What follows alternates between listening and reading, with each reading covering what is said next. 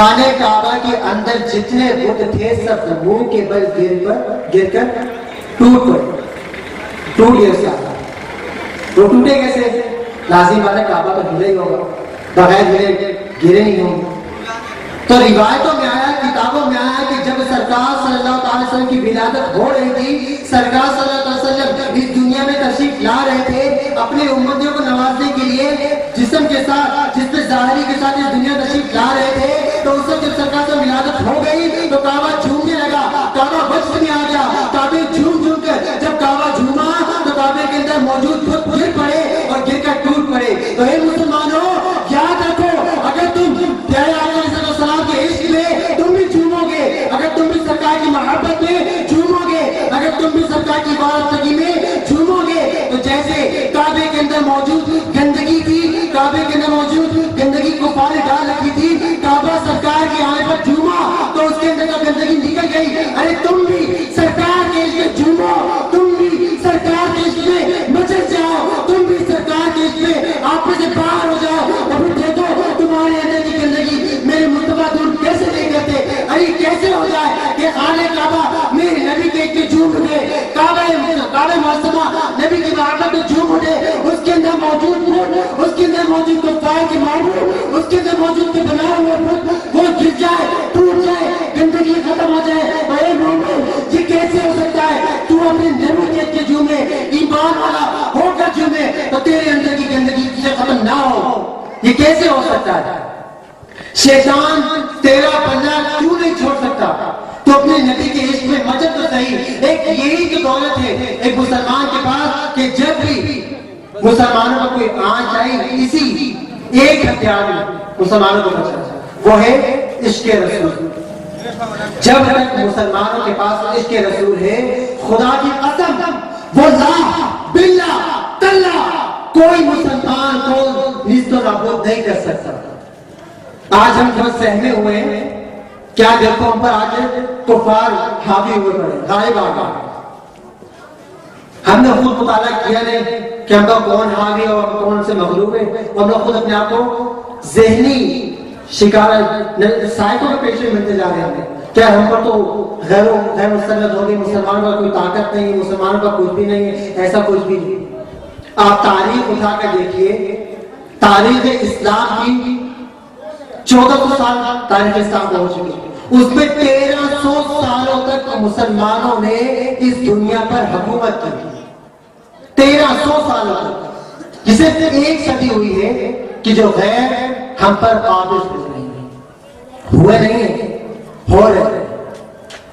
اور 1300 سالوں تک ہم پر قابض کیوں نہیں ہوئے؟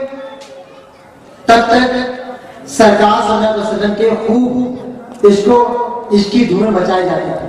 جب ہمارے دشمنوں نے یہ دیکھ لیا کہ مسلمانوں پر ہم نے ہر طرح سے حملے کر کے ان کو دبانے کی کوششیں کر لی, ان کو ہر طرح سے اپنے قبضے میں لانے کی کوششیں کر لی, ان کو ہر طرح سے اپنے غلبے میں لانے کی کوشش کر لی, ان کو مغلوب کرنا چاہا نہیں ہوئے, ان کو مقبوض کرنا چاہا نہیں ہوئے, ان کو اپنے تحت لانا چاہا نہیں ہوئے, تو انہوں نے ہمارے ویک پوائنٹ کو ان کے اوپر تحقیق کی.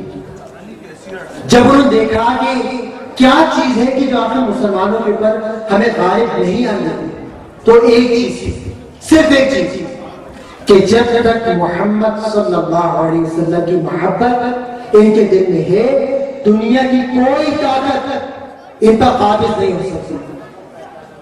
دنیا کی کوئی طاقت ان پر قابض نہیں ہو سکتی. اس کے بعد پری پلان کر کے سرکار صلی اللہ علیہ وسلم کی محبت کو, سرکار صلی اللہ علیہ وسلم کے عشق کو ان کے امتیوں کے دل سے نکالا جاتا ہے. مختلف گھٹنے اپنائے گئے, ان میں سے ایک یہ بھی تھا, مختلف ہیں, صرف ایک بتاتا ہوں. جیسے آئے دن آپ سنتے رہتے ہیں کہ کبھی فلاں گستاخ نے سرکار صلی اللہ علیہ وسلم کے معاذ اللہ کارٹون شائع کر دیے. کبھی ہم یہ سنتے ہیں کہ خبیث سلمان رشدی اس نے سرکار صلی اللہ علیہ وسلم میں گستاخی کی. کبھی ہم یہ سنتے ہیں کہ رب تعالیٰ کا نام, اس کے محبوب کا نام بوٹوں پر لکھا جاتا ہے. کبھی ہم یہ سنتے ہیں کہ قرآن پاک کی بے حرمتی کی جاتی ہے. تو یہ صرف وہ ہمیں پن کرتے رہتے ہیں, یہ گستاخ ہمیں صرف یہ پنگ کرتے رہتے ہیں, ہمیں چیک کرتے رہتے ہیں کہ چیک کرو اب مسلمانوں میں کتنا اجتماع محمد رہ چکا ہے کہ ہمیں پر قابل جا سکتے ہیں یا نہیں. ایک واقعہ کچھ نہیں یاد آتا ہے کہ دو بستیاں تھیں, دونوں بستیوں میں مسلمان رہا کرتے تھے.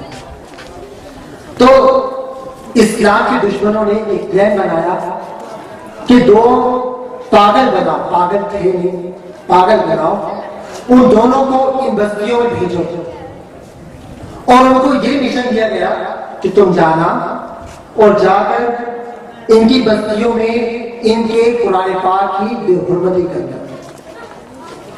خیر وہ دونوں ان کے ایجنٹ پاگل بن کر دونوں بستیوں میں چلے گئے. دونوں بستیوں میں گئے, ان دونوں خبیثوں نے قرآن پاک کی بے حرمتی کی. ان میں سے ایک بستی والوں نے کہا کہ یار جو پاگل ہے, مرفوع قلم ہے, اس وقت شریعت کا قلم بھی نہیں ہے, تو اس نے قرآن پاک کی بے حرمتی کی تو کوئی بات نہیں, خیر ہے جانے. انہوں نے کہا پاگل ہے, خیر ہے, جانے دو, کوئی مسئلہ نہیں, قرآن پاک کی بے حرمتی کی ہے, مرفوع قلم معاف کر دو. لیکن ایک دوسری بستی والے تھے, انہوں نے جب ان کی ہاں قرآن پاک کی بے حرمتی ہوئی تو یہ پاگل تھا.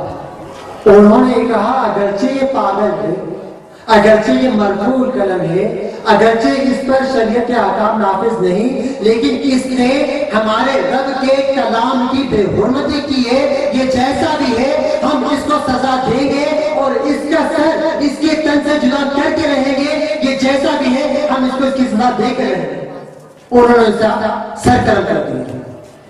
جب ان کفار نے, اسلام کے دشمنوں نے یہ دیکھا کہ ایک بستی والوں نے اس پاگل کا سر قلم کر دیا اور ایک بستی والے ہیں کہ جنہوں نے اسے پاگل سمجھ کر چھوڑ دیا, تو انہوں نے کہا ہم نے دیکھ لیا یہ جو ایک بستی والے ہیں جنہوں نے اس کا سر قلم نہیں کیا, ان کے اندر ایمان کمزور پڑ چکا ہے, لہذا ان کے اوپر حملہ کر لو, ان کے اوپر اٹیک کرو, ان کے اوپر غلبہ پالو, یہ تمہارے قلب میں آ جائیں گے کیونکہ ان کا ایمان کمزور ہو چکا ہے. یہ پاگلوں کو چھوڑ دیتے, یہ ان کے اندر ایمان کمزور ہو چکا ہے, ان پر حملہ کرو اور ان پر حملہ کر کے قابض آ جاؤ. لیکن دوسرے بستی والے تھے جنہوں نے پاگلوں کو مار دیا اور کہا ہرگز ان کے اوپر حملہ مت کرنا, ان سے حملہ کرنے کے بعد تو منہ کی کھاؤ. تو ایسا یہی ہوتا ہمارے ساتھ 1300 سالوں تک مسلمانوں نے دنیا پر حکومت کی ہے. آج اگر ہم خود اپنے آپ کو مغلوب کر رہے ہیں, ہم مغلوب ہوئے, وہ مغلوب نہیں کر رہے, ان کے اندر اتنی ہمت ہے ہی نہیں کہ ایک مسلمان پر غلبہ پا. اگر آج کوئی مغلوب ہو رہا ہے تو مغلوب ہونے والے ہم خود ہیں.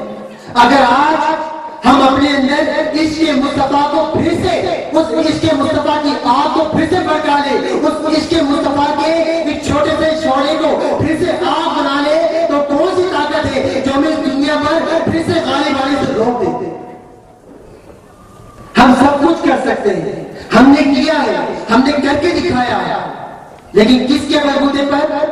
اپنے رب کی رحمت کے بلبوتے پر. اور رب کی رحمت ملتی کب ہے کہ جب آپ رب کے محبوب کو اپنا محبوب بنا لیں, آپ رب کے محبوب سے عشق کریں, رب آپ سے محبت کرے گا. قرآن پاک کے آیت مفہوم ہے کہ اے لوگوں, اے محبوب اپنے فرما دیجئے کہ اگر تم چاہتے ہو کہ اللہ تم سے محبت کرے تو ان سے فرما دیجئے کہ تم میری اطاعت کرو, اللہ تعالیٰ تم سے محبت کرے گا اور تمہاری مغفرت فرما دے گا. تو اے لوگوں, ایک بادشاہ کی نظروں میں عزت پانے کے لیے, اپنا اسٹیٹس اپ کرنے کے لیے, اپنے آپ کو عالی مقام بنانے کے لیے, ایک بادشاہ کی نظروں میں عزت پانے کے لیے ہم تو سب کچھ کرتے ہیں, لیکن جو شہنشاہ کل کائنات ہے, جو تمام جہاں کا مالک ہے, اس کی بارگاہ میں اگر اپنے آپ کو عزت والا بنانا ہے, اگر اس کی بارگاہ میں اپنے آپ کو رسپیکٹ والا بنانا ہے, اگر اس کی بارگاہ میں کوئی مقام, کوئی مرتبہ چاہیے, تو آ جاؤ اپنے محبوب کے عشق میں جھوم اٹھو, اپنے محبوب کی خوب تعظیم کرو, اپنے محبوب کی خوب توقیر کرو, محبوب علیہ السلام کی عشق کی شمع کو اپنے اندر خوب جلائے رکھو.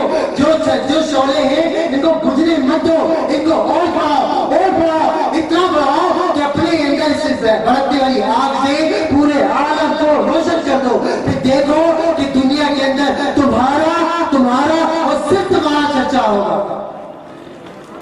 تو آپ بھی آج سے عہد کر لیجیے کہ میں اپنے نبی سے ہمیشہ سچا عشق رکھوں گا. رکھیں گے نا انشاءاللہ؟ کسی کی آواز نہیں آ رہی. سرکار سے عشق رکھیں کہ نہیں؟ سارے خاموش ہیں، سانپ سو گئے. اتنے بہت سارے کھڑے، کسی کی آواز نہیں کر رہے. نبی سے عشق رکھیں گے کہ نہیں؟ رکھیں گے کہ نہیں؟ اللہ کے معبود